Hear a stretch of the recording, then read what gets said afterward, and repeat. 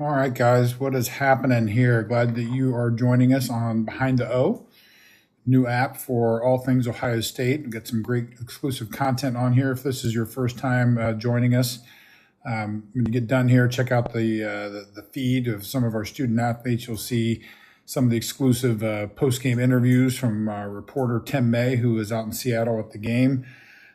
But also just some great content from all of our student athletes that we have on here that are giving you a little bit of behind the scenes information and look into their lives and what they go through, travel, food, just fun stuff as well. But here today to talk a little bit about that game last night, last afternoon with Ohio State and Washington.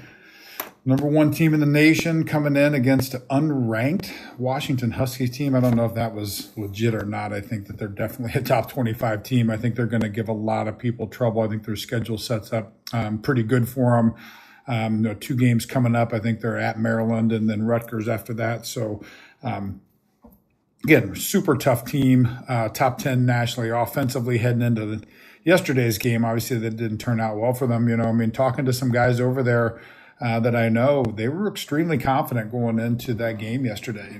They thought that they had a good game plan. They thought that Ohio State hadn't really seen anything like they were going to bring to the table with the mobility of their quarterback position, and also just with the physicality of their running back that they have. Coleman is a big dude, very shifty. He broke that one run for about 30 yards, but were able to keep him in check most of the time. But they were pretty confident that if they could kind of weather the storm, utilize the crowd early on in the game, that they would be in that football game.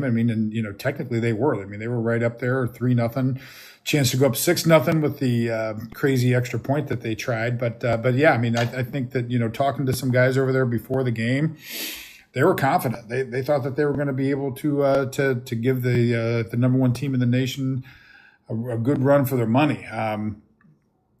And they kind of did. They played well. They're just not at that level yet. Let's be honest. Where Washington is right now, they're a mid-pack team. They're going to fit in with the Michigans. I don't know that can they come up and knock off an Oregon or an Indiana or a Penn State? Possibly.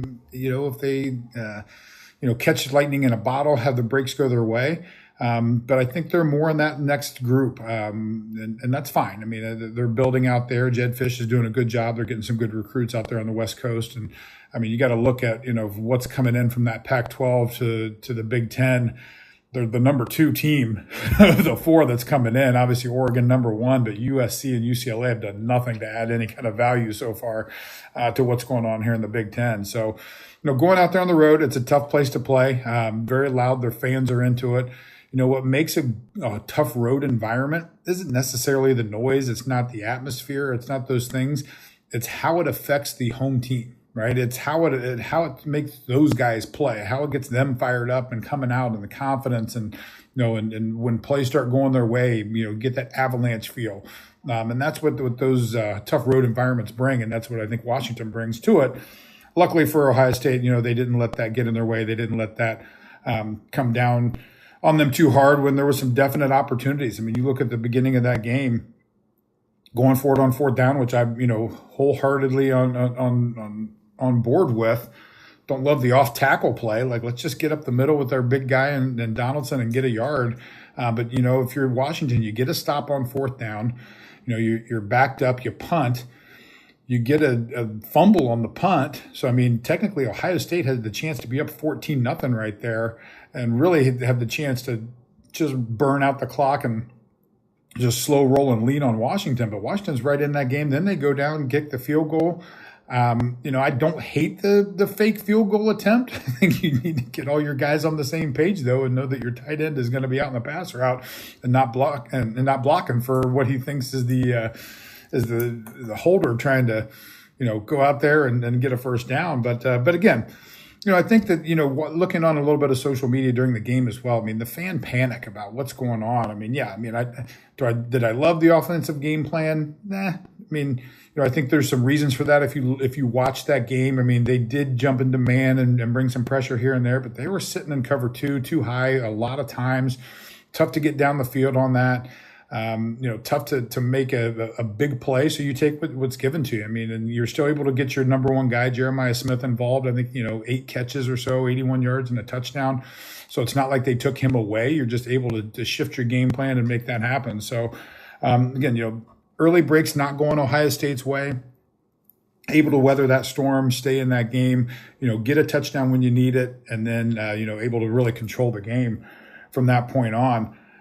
Again, I think that, when you look at the running game and the passing game of what Ohio State is doing offensively, teams are going to do what they can to make sure they keep the lid on the defense. They don't want Jeremiah Smith running down the field one-on-one coverage with a freshman corner. I mean, that's not going to happen. They're going to play a safety over top of him. The go routes aren't going to be there. The posts aren't going to be there. You're going to have to throw him the 5-yard hitch with a cushion and let him see if he can break something, or throw him the crossing route and let him see if he can get an extra 10 yards after the catch. Same thing with Carnell Tate. They're not going to let that happen to them right now when they think that that's what's going to beat them. They're going to sit there and cover 2. They're going to sit there with safeties over the top, and they're not going to let that happen. So I'm not as concerned with the offensive game plan as a lot of the people were out there. I think it was a solid game plan. We moved the ball, running game well. I think Bo Jackson, again, is emerging as probably the feature back. His ability to just subtly shift movement where you don't even really notice it, but he's making guys miss, is pretty great and pretty incredible. I don't think we have that Travion Henderson home run threat right now in the backfield. I don't know if Bo's that fastest guy. But again, this is an NFL season. All 3 of those guys, if we're going to be running the ball and pounding the rock a little bit, you're going to need all 3 of those guys in there with Peoples, Donaldson, and Bo, to make sure that everyone's healthy, come the important time of the year in November, December, and January, when it really means something. So again, I don't think that it was a horrible offensive game plan. I think they were right in there with what they needed to do.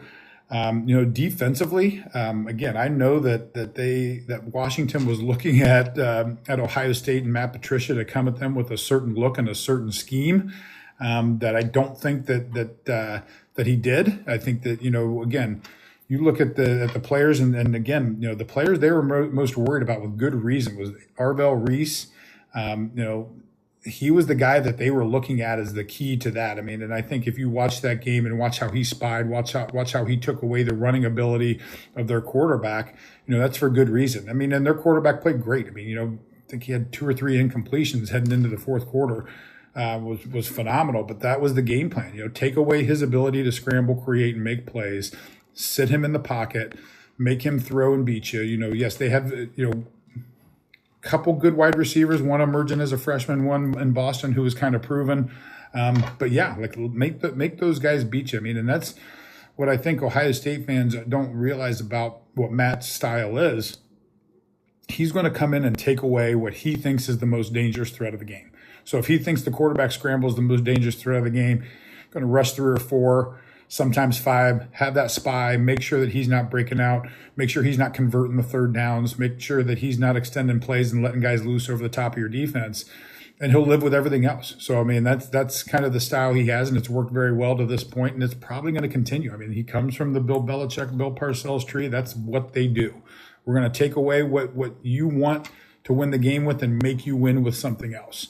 And if you can do that, more power to you, but we don't think you can. And that's the philosophy going into that. So, no, again, going on the road, first road test, it's a tough one.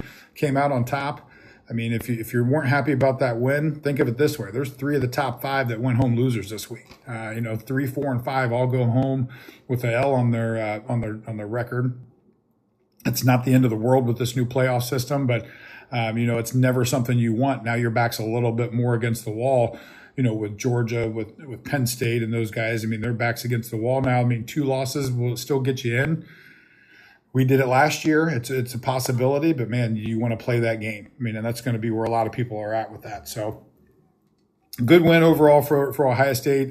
Defensive wise, again, D-line played great. Caden Curry, nice to see another little number 92 out there doing some good stuff.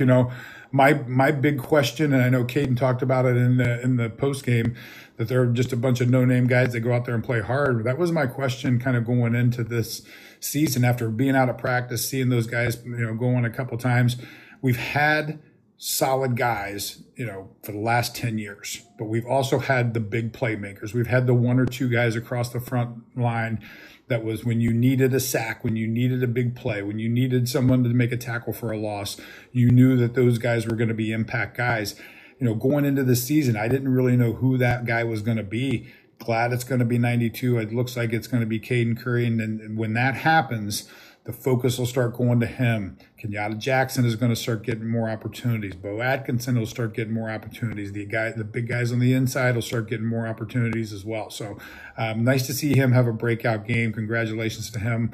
And again, best thing about being 4-0 is a chance to go 5-0. We'll be talking a little bit of Minnesota next Saturday morning. I'll break it down for you guys. Again, we'll do 9 a.m. here, Saturdays and Sundays going forward. So make sure you're tuning in. And also, if you're on this app this next week, there's going to be a lot of these live streams with a lot of our student athletes coming in and doing some really fun stuff. So please tune in. Please check it out. Thanks for being here today.